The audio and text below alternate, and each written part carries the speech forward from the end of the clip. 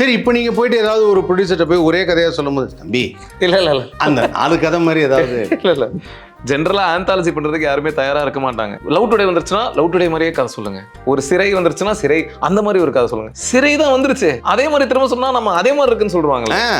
அப்ப நாம வேற ஒண்ணு பண்ணணும்ல. போன வருஷம் நான் வந்து ஒரு ஏதோ நியூஸ் பார்த்தேன், ஹாட்ஸ்பாட் 2 ஆரம்பிச்சிட்டாங்க அப்படின்னு. போன வருஷம் இதெல்லாம் நடக்கிறதுக்கு முன்னாடி எப்படி இது அப்படின்னு யோசிச்சுட்டு இருக்கேன். அது ஒரு இப்போ வந்து விக்னேஷ் கார்த்திக் வந்து ஒரு தீர்க்கதரிசி ரேஞ்சு அதுவும் நாங்க சொன்ன மாதிரி நடந்தாலும் எங்களுக்கு ஷாக்கு இருந்தது. அப்போ ஒரு ப்ரொமோஷனை போட்டுருவோம், சேலஞ்ச் சார் ஹாட்ஸ்பாட் 2 பார்த்துதான் இதான். இனி வாழ்க்கையில சிவகார்த்திகேயன் கட்சிங்கிற பக்கமே போக மாட்டாப்ல. ஏன்னா ஆமா, பின்ன விக்னேஷ் கார்த்திக் சொன்ன மாதிரி அப்புறம் அது ஏதாவது இந்த கவுண்டமணி கதையாயிடும். என்னமோ நாளைக்கு ஏதோ சிஎம்ஆர்னு சொல்லி, ஆனா நான் இல்லைங்கண்ணா அப்படின்னு கிளைமேக்ஸ்ல அவரை சிஎம்ஆ சொல்லாம நீங்க வேற ஒருத்தர் சிஎம்ஆ சொன்னது, இதெல்லாம் நீங்க மாட்டி விடுற மாதிரி இருக்கு.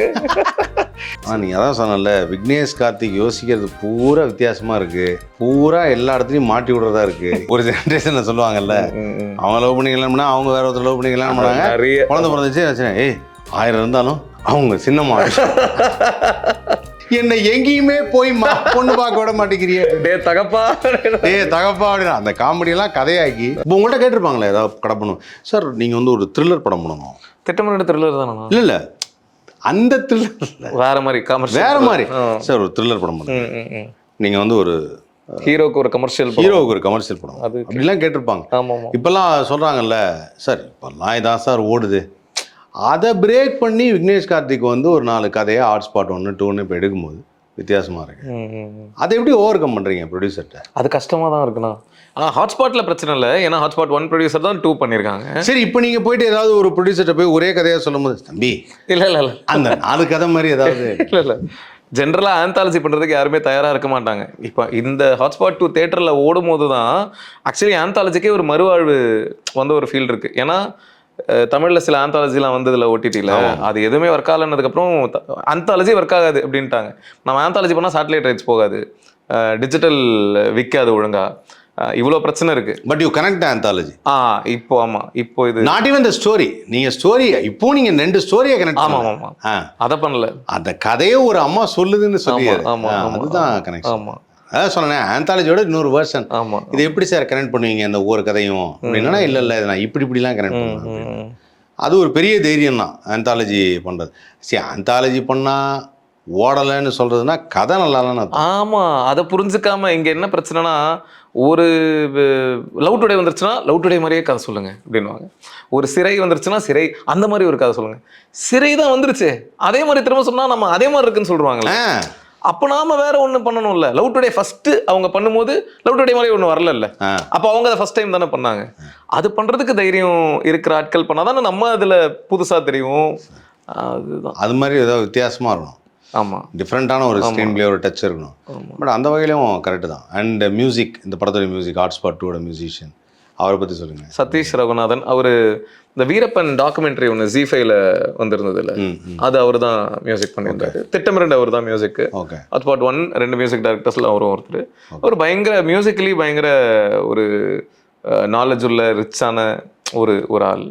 ஸோ இந்த படத்தில் தான் ஃபஸ்ட் டைம் நான் சேர்ந்து கம்போசிங்கில், ஏன்னா ஜென்ரலாக பண்ணி அனுப்புவார், நான் கரெக்ஷன் சொல்லுவேன் அப்படி இருக்கும். இந்த வாட்டி தான் நான் சண்டை போட்டு நான் கம்போசிங்கில் உட்காருவேன் அப்படின்னு அடிக்காதீங்க அப்படின்னு அப்படிதான். என்ன சார் இந்த டியூன்ல சார் அந்த டியூனா இது இல்லையா அதுவா அப்படின்னு. அதே மாதிரி தான் நான் ஜாலியாக, எனக்கு ரொம்ப பிடிச்ச ப்ராசஸ் படத்தில் இந்த ஃபிலிம் மேக்கிங் ப்ராசஸ்லேயே எனக்கு வந்து ரைட்டிங் அப்புறம் ரொம்ப பிடிச்சது எல்லாம் எடுத்து முடிச்சு மியூசிக் கம்போசிங். ஆமாம், ஏன்னா நம்ம ஏன்னா நம்ம வந்து ஒன்று எடுத்து முடிச்சிட்டோம், எடிட் பார்த்துருப்போம், டப்பிங் முடிச்சிருப்போம், எதுவுமே இல்லாமல் அதுக்கு ஒரு லைஃபே இல்லாமல் இருக்கும்ல. அந்த சீனுக்கு அந்த மியூசிக் தான் லைஃப் கொடுக்கும். அது அந்த ராவாக இருக்கிற விஷயம் மியூசிக்கில் மாறும்போது பார்க்கும்போது ஒரு சந்தோஷம் வரும் பாருங்க, அது வேற லெவலில் இருக்கும். ஸோ அது ஒரு பெரிய ப்ளஸ் தான். ஸோ சதீஷ் ரகுநாதன், ஆமாம், வண்டர்ஃபுல். எடிட்டர் இந்த படத்துக்கு முத்தையன், அடியே, ஹாட்ஸ்பாட் 1 2 அவர் தான். ஓகே, இதுவும் அவர் தான். எடிட் வந்து அகைன் நான் டார்ச்சர் பண்ணுவேன். இன்னைக்கு ஷூட் பண்ணிட்டு நாளைக்கு காலையிலே நான் எடிட் பார்க்கணுன்னு ஸ்கெடியூல். ஆமாம், நீங்கள் எடுத்த முதல் கதையே வந்து போன வாரம் ஷூட் பண்ண மாதிரி தானே இருக்கு. நீங்கள் சொல்கிறீங்க 19 எழுதிட்டேன்னு. எனக்கு போன வருஷம் நான் வந்து ஒரு ஏதோ நியூஸ் பார்த்தேன், ஹாட்ஸ்பாட் 2 ஆரம்பிச்சிட்டாங்க அப்படின்னு. போன வருஷம் இதெல்லாம் நடக்கிறதுக்கு முன்னாடி எப்படி இது அப்படின்னு யோசிச்சுட்டு. அதாவது ஒரு இப்போ வந்து விக்னேஷ் கார்த்திக் வந்து ஒரு தீர்க்கதரிசி ரேஞ்சு பாருங்க.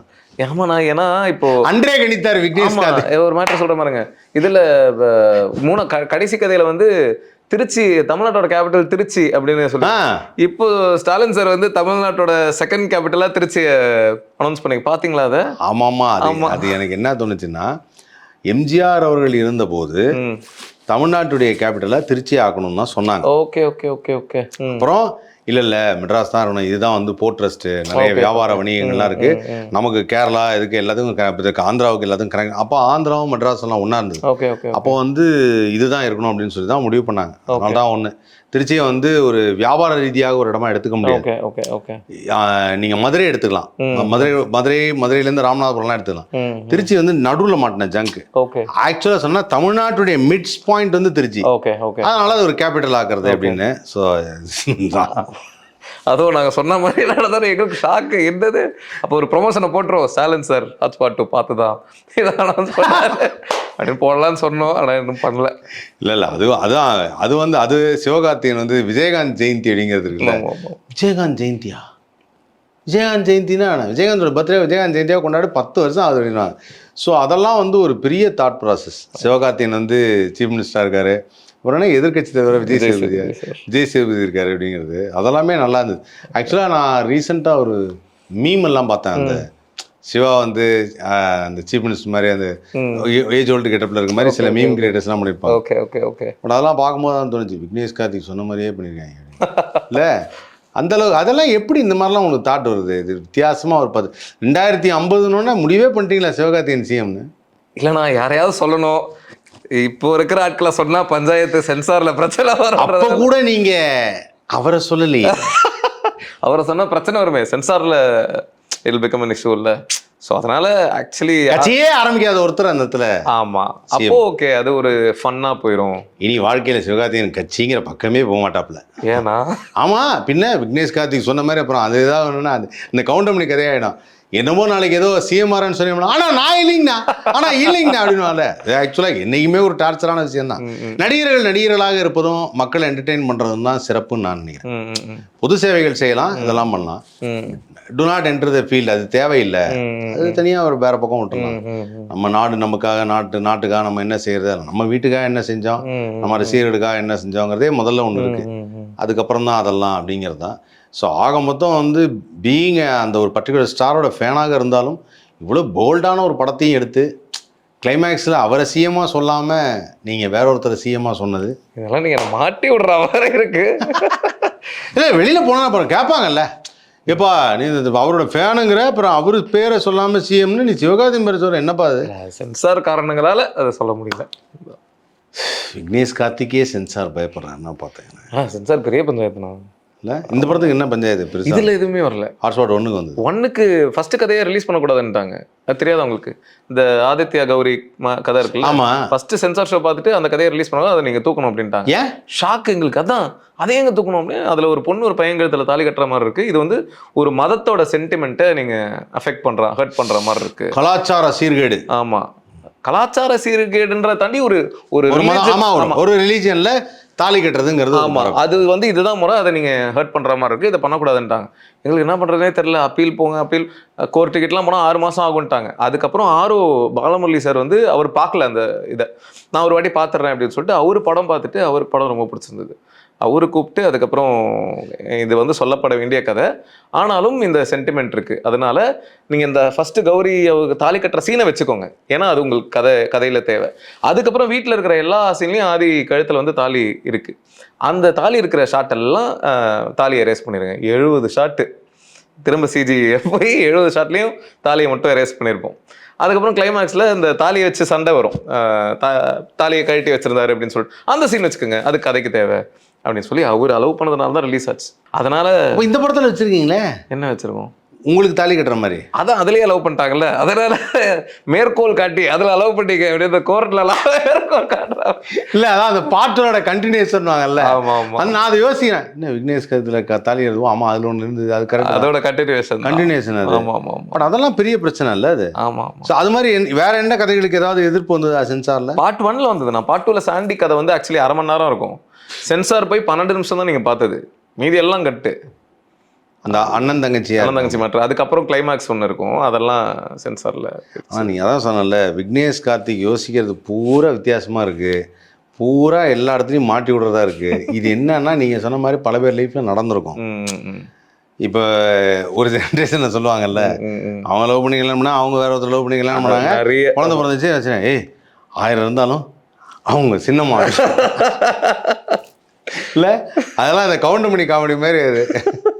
என்னை எங்கேயுமே போய் பொண்ணு பார்க்க விட மாட்டேங்கிறியே, டே தகப்பா அப்படின்னா அந்த காமெடியெல்லாம் கதையாக்கி அது மாதிரி இருக்கு. ஸோ அதெல்லாமே வித்தியாசமாக இருந்தது. ஸோ சென்சார் போர்டும் இப்போ நிறைய பிரச்சனைகளை சந்திச்சு வந்திருக்கிறீங்க. கண்டிப்பாக 2ல் பிரச்சனை வரலண்ணா. 2ல் ஃபர்ஸ்ட்ல ஆமாம், ஃபர்ஸ்ட்ல அந்த பிரச்சனை இருந்தது. ஆமாம். ஸோ அடுத்து வரும் பாதைகள் ஹாட்ஸ்பாட் 2 மச்சுக்கு அப்புறம் என்ன அதை எதிர்பார்க்க போகிறது ஒரு பெரிய தனி கதை. ஒரு ஒரு ப்ராப்பர் ஃபுல் ஃபீச்சர் ஃபிலிம். அதில் யார் ஹீரோலாம் இல்லைண்ணா, அது அனௌன்ஸ்மெண்ட் அஃபிஷியலாக அஃபிஷியல் அனௌன்ஸ்மெண்ட் இருக்கு. ஓகே. ஸோ அதுவும் என்ன ஒரு பெரிய ஸ்டாரோட படமாக இருக்குமா, இல்லை சரி வேணாம் விடுங்க, பெரிய சிரமமா சின்ன சிரமமா நடுவில் இருக்குமா இதில் இருக்குமா சென்டரில் இருக்குமா எல்லாத்தையும் கேட்டுருந்தேன். நான் அதுக்கு அது ஸ்டார் பேரே சொல்லிடுறேன்.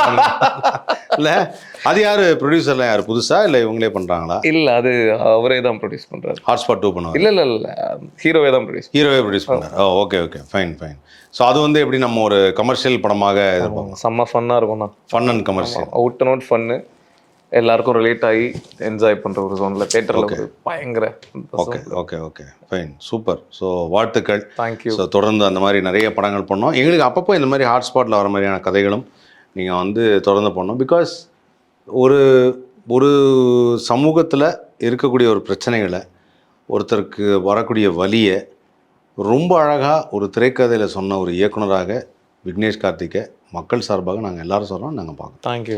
ஸோ அப்படிப்பட்ட விக்னேஷ் கார்த்திக் ஜென்ரலாக ஒரு கமர்ஷியல் படம், ஒரு ஃபைட்டு, பாட்டு, டான்ஸு அப்படின்னு மட்டும் எடுக்காமல், ஒரு ஃபன் காமெடி படம் எடுக்காமல், ஒரு காமெடியோடு கலந்து ஒரு நல்ல மெசேஜை சொல்லக்கூடிய, நல்ல மெசேஜ்னால் அதான் சொல்லுவாங்கள்ல சார், அது அப்படியே ஹார்ட் டச்சிங் மெசேஜ் அப்படிலாம் இல்லை, ரொம்ப கேஷுவலாக போகிற போக்கில் சொல்லிட்டு போகிறீங்களா, that way of screenplay and filming, அந்த மாதிரி படங்கள் நிறையா பண்ணணும். கண்டிப்பாக. அதுக்கு everybody are waiting, everybody include ஆடியன்ஸ்லேருந்து ப்ரொடியூசர்லேருந்து எல்லாருமே வெயிட்டிங். அதுக்கு இந்த மாதிரி ஒரு படம் பண்ணுப்பாங்க. ஏன்னா பட்ஜெட் வைஸும் அந்த படம் வந்து ரொம்ப நார்மலான பட்ஜெட் நீங்கள் எடுத்த படம் மாறும். ஸோ அந்த படம் வந்து ப்ரொடியூசர்களுக்கு ஒரு நல்ல வியாபாரத்தை கொடுக்குது, ஆக்டர்ஸ்க்கு ஒரு நல்ல கரியரை கொடுக்குது, அண்ட் ஆஸ் எ டிரெக்டராக ஒரு விக்னேஷ் கார்த்திக் மேலே ஒரு பெரிய மரியாதை வருது. ஏன்னா அவர் ஒரு யங்ஸ்டர், ஒரு சாதனமாக படம் பண்ணுறாரு அப்படின்ற மாதிரி இல்லாமல் ஒரு நல்ல கதை, ஒரு நல்ல டயலாக் எழுதுறாரு, சூப்பராக இருக்குன்னு. ஸோ அது எல்லாத்துக்குமே மனமார்ந்த வாழ்த்துக்கள். Thank you. And thank you so much for the great film like Hotspot 2 much. And இதோட 3 much 4 much 5 much Kamalhaasan dialogue மாதிரி 2 மச் 3 மச் 4 மச் அப்படின்னுவாங்கல்ல, அந்த மாதிரி அது எல்லாத்தையும் பார்க்கறதுக்கு நாங்கள் தயாராக இருக்கோம். And all the very best for the future film making and everything. Thank you so much. ரொம்ப நன்றி. நான் ரொம்ப என்ஜாய் பண்ணேன் இன்டர்வியூ. தேங்க்யூ. தேங்க்யூ.